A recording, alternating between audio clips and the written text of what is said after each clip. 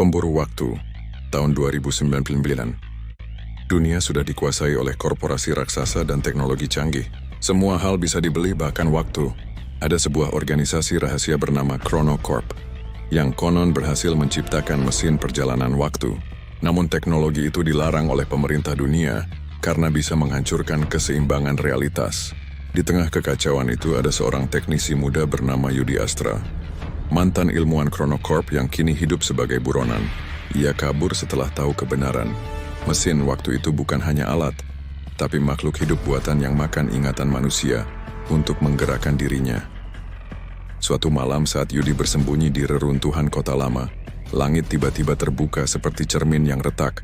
Dari celah itu muncullah sosok bersenjata armor perak dengan mata menyala merah. Pemburu waktu. Dia berasal dari masa depan. Dikirim untuk membunuh siapapun yang mencoba mengubah sejarah. Yudi Astra, katanya dengan suara berat seperti logam berderit. Waktumu sudah berakhir. Yudi menatapnya tajam, lalu menekan tombol di gelang kecil di lengannya. Sekelilingnya langsung bergetar. Waktu di sekitarnya melambat drastis.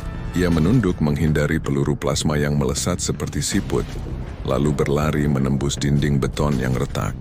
Tapi pemburu itu tak mudah dilawan. Ia juga punya kendali atas waktu, bahkan lebih kuat. Dalam hitungan detik, perburuan antara dua pengendali waktu pun dimulai. Melintasi masa lalu, masa kini, dan masa depan.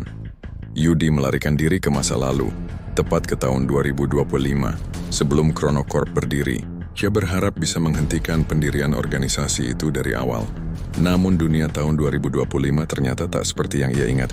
Chrono Corp sudah diam-diam beroperasi, menggunakan nama lain, Barlich Industries, perusahaan logistik dan teknologi yang tampak biasa di luar, tapi menyembunyikan laboratorium waktu di bawah markasnya.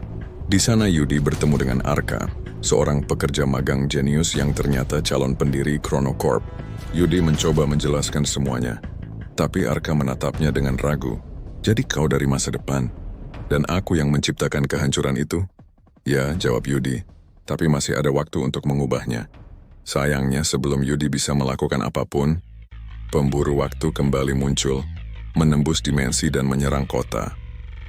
Ledakan waktu mengguncang kota. Mobil melayang, jam-jam berhenti berdetak, dan bangunan terlipat seperti kaca. Waktu rusak total. Masa lalu dan masa depan bertabrakan dalam satu titik. Yudi melawan pemburu waktu di atas menara jam tua. Setiap serangan, setiap tembakan, membuat waktu di sekitar mereka pecah menjadi potongan kenangan.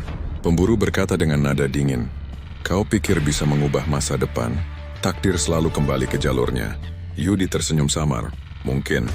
Tapi aku bukan ingin ubah masa depan, aku ingin ubah diriku." Ia lalu mengaktifkan chip terakhir di gelangnya, kunci waktu. Energi biru menyelimuti tubuhnya. Dan dalam sekejap waktu di seluruh dunia berhenti. Hanya Yudi dan pemburu yang masih bergerak. Dengan tenaga terakhir Yudi meledakkan inti Chrono Corp di masa itu, menghancurkan mesin waktu di semua garis waktu sekaligus. Ketika debu menghilang, Yudi terbangun di tempat asing. Dunia yang sepi tanpa masa lalu atau masa depan. Hanya sekarang yang tersisa. Waktu benar-benar berhenti. Ia berjalan perlahan di tengah kota beku. Melihat burung yang diam di udara, ombak yang tak bergerak, dan cahaya matahari yang tak pernah bergeser. Di kejauhan suara lembut terdengar, suara yang familiar. "Terima kasih, Yudi. Kau telah menyelamatkan waktu dengan mengakhirinya." Itu suara Arka, tapi bukan manusia lagi. Ia kini bagian dari sistem waktu itu sendiri. Yudi menatap sekeliling. Dunia baru ini sunyi tapi damai.